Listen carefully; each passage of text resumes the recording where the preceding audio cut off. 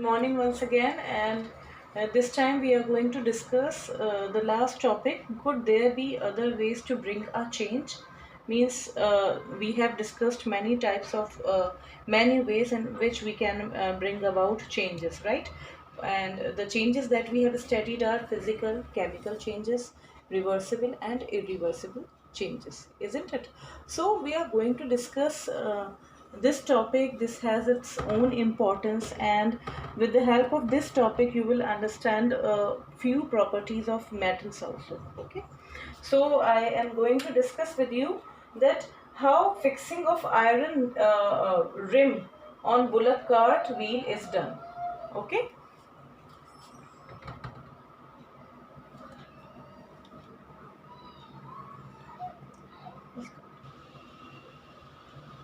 So fixing of iron rim on bullock cart wheel.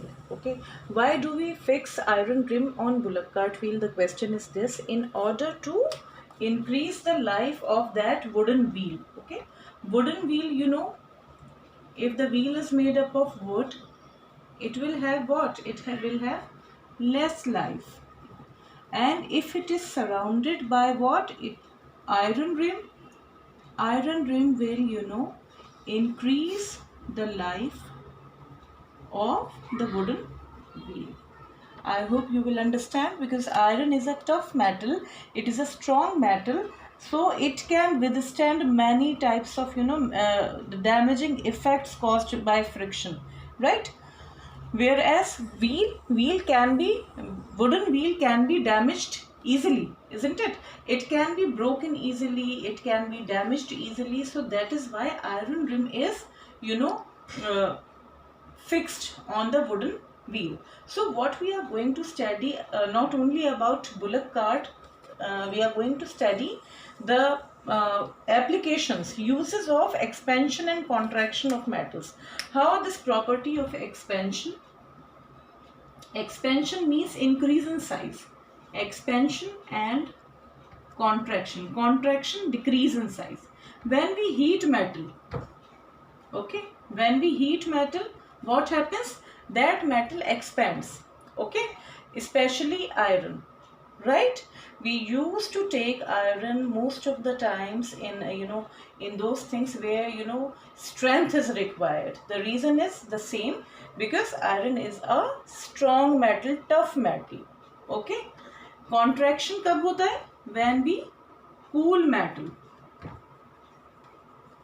then it contracts, it becomes small in size, shrink कर जाता है थोड़ा सा, ये समझ लीजिए आप. ओके, ये आपका कॉन्सेप्ट क्लियर है तो आपको सब कुछ समझ में आ जाएगा. ठीक है. So bullock carts have wooden wheels, one thing is for sure, and these wooden wheels are fitted with iron rims. Wooden wheels ऐसे होते हैं. ठीक है. सपोज दिस इज अ, ऐसी मैं रफ डायग्राम बना रही हूँ अभी. This is a wooden wheel. Okay, और उस पर क्या फिक्स कर दिया जाता है? What is fixed is iron rim. Okay, ये क्या है? ये है आयरन रिम. अब हम ये समझेंगे कि ये कैसे फिक्सिंग होती है without even using a nail, यानी बिना कील यूज़ करे, रिम नेल यूज़ करे, और किस तरह से आप फिक्सिंग कर रहे हैं. ठीक है, तो उसको हम कैसे समझेंगे? हमने ये पढ़ लिया that iron expands on heating and contracts on cooling. Cooling पर उसका साइज छोटा हो जाएगा. So let us come to the point. Iron rim is made slightly, smaller in size than the wooden wheel. जो आयरन रिम होता है वो कैसा बनाते हैं? थोड़ा सा छोटा कट करते हैं. Okay, iron rim is made slightly smaller in size. After that first step is this, iron rim कैसा बनाया? थोड़ा सा छोटा.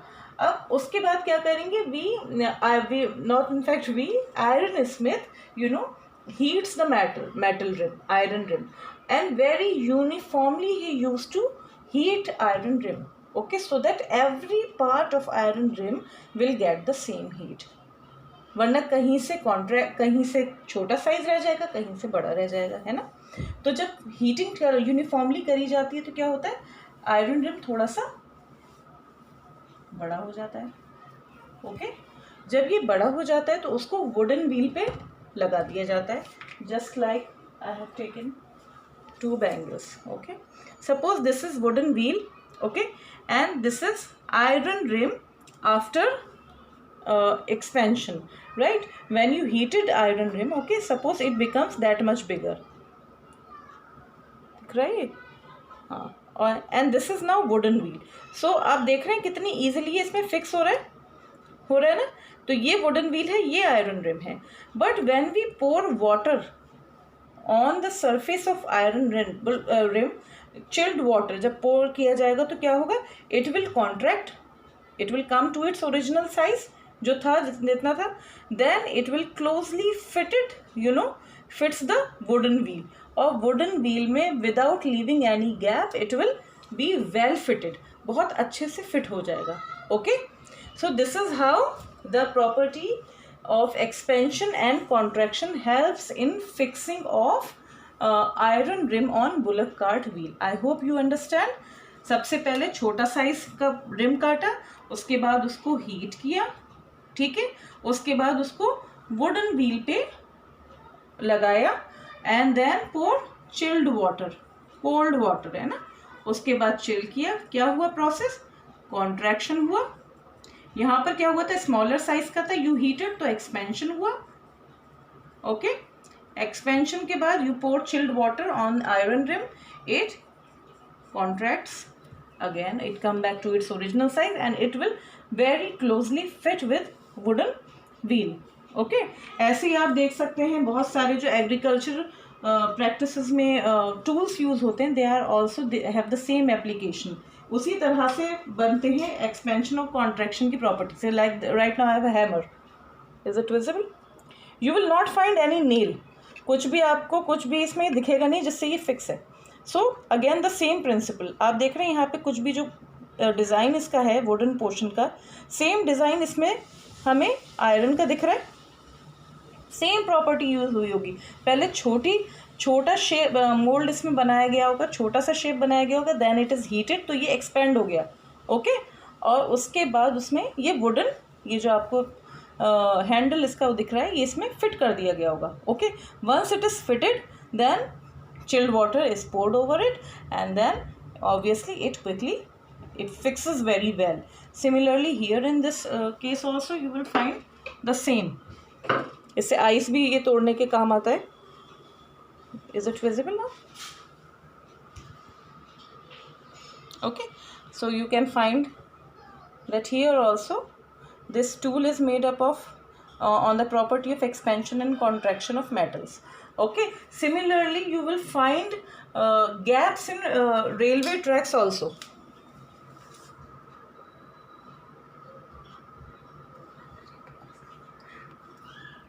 So what you will notice on a railway track, small gaps are deliberately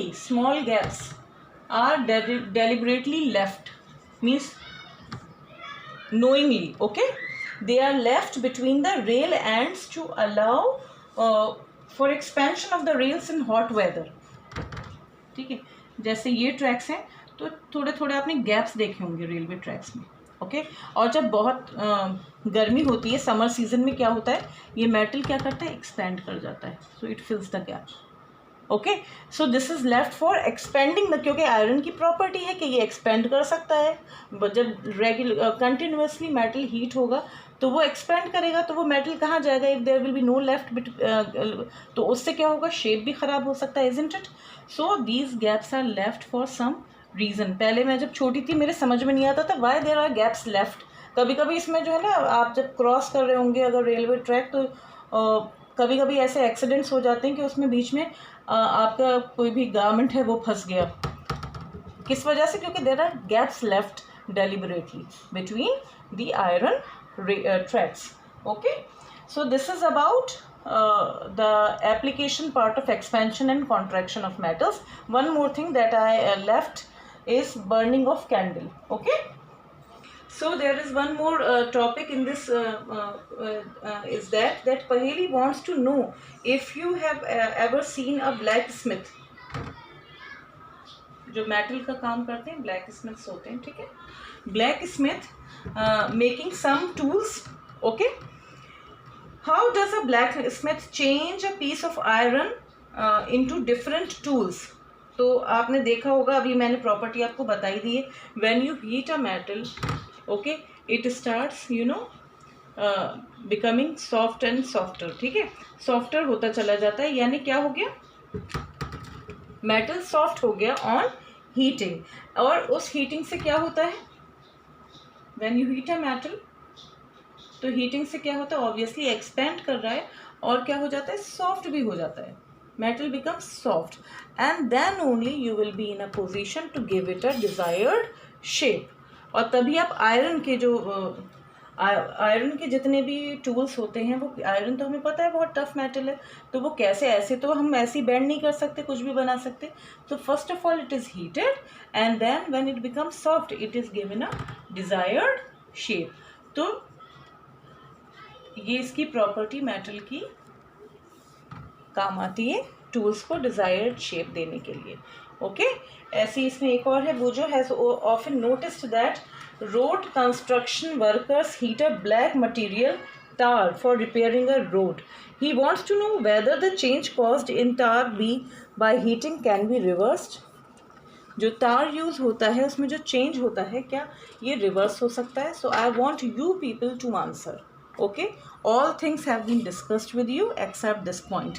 now I want you to answer this question in my class. Now the next topic is burning of candle. आपने कोलतार बनते हुए देखा होगा, I think. जब roads बन रही होती हैं तो क्या डालते हैं, वो कॉन्क्रीट डालते हैं, क्या डालते हैं, है ना, हीट हो रहा होता है, वो किस तरह से हीट होता है, कैसा सब्सटेंस बन जाता है, वो कैसा नेचर होता है उसका. I think you must have seen, जब नई नई जहाँ पे रोड्स बन रही होती हैं. ओके, तो इसके ऊपर आपको ये मुझे आंसर देना है. नाउ बर्निंग ऑफ कैंडल वाला और डिस्कस कर लेते हैं. See, burning of candle is what, it's a chemical change. Always remember, burning of candle is a chemical change, whereas melting, that happens because of burning of candle, melting of wax is a physical change, right? I explained you in activity also that why melting of wax is a physical change. Okay, it is temporary change. You can again the wax that is melted, it is again solidified on cooling, whereas burning of candle is chemical. It is a chemical change, right? और कैसे chemical change है? Because when you burn candle, जब आप candle burn करते हैं, suppose this is a candle. When you burn candle, it gives vapors, okay, carbon dioxide, okay. So these produce wax vapors and carbon dioxide also, and that is why it produces even heat and light also. Okay, and candles become smaller and smaller. छोटी होती चली जाती है candle, कुछ size होता है, तो उस चीज़ को तो आप रेगुलेट नहीं कर सकते ना कि आप वापस कैंडल को ऐसे ही चेंज कर दें into the original one. Okay, that is why I am again explaining, burning of candle is a chemical change, because when you burn candle, wax vapor and carbon dioxide along with heat and light is produced. Okay, and on the side by side, the size of the candle also keep on decreasing decreasing. तो ये कैसा change है, ये हमारा ये chemical change है, क्योंकि wax vapour और जो कार्बन डाइऑक्साइड रिलीज हुए वो फिर वापस आप जो है उससे फिर से कैंडल नहीं बना सकते, है ना. You can not reverse back the changes. Okay, लेकिन हाँ, एक इसमें बुक में कहीं मैंने देखा था, लेट मी